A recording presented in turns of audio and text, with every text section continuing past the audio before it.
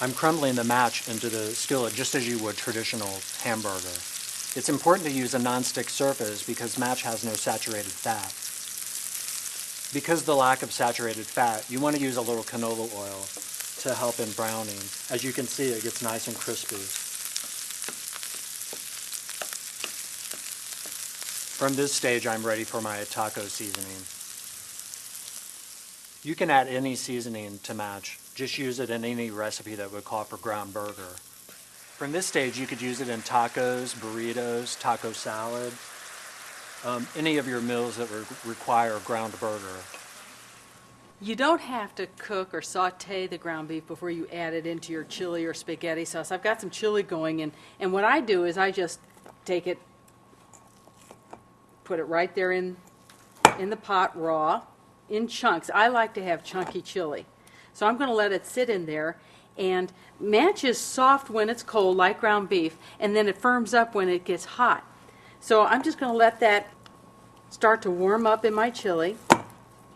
Now, if you don't like it as chunky, what you do is just keep stirring it until it gets to be more homogeneous in texture. But I'm not going to stir it too much because I like those big chunks to take form. And just all you have to do is heat it through and you're ready to serve.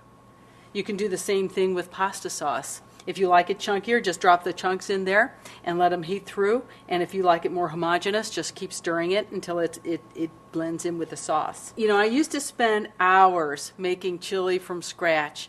I don't have to anymore because there's such good existing chilies on the market in a bag. You just make the chili, or you can buy vegetarian chili from a can and add your own meat to it. Just heat it up. You might want to add a little bit of water to thin it out, and then you put the match ground beef and you're ready to serve. These burgers are formed, or they can go directly in the pan from the freezer.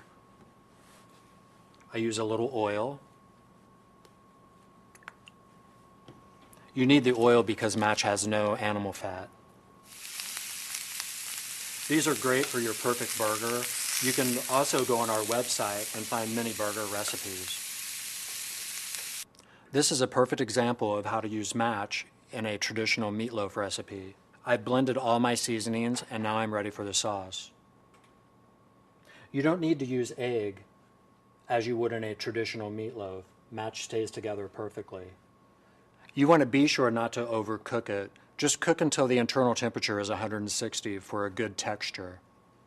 Now that it's baked, I want to show you how beautifully it slices.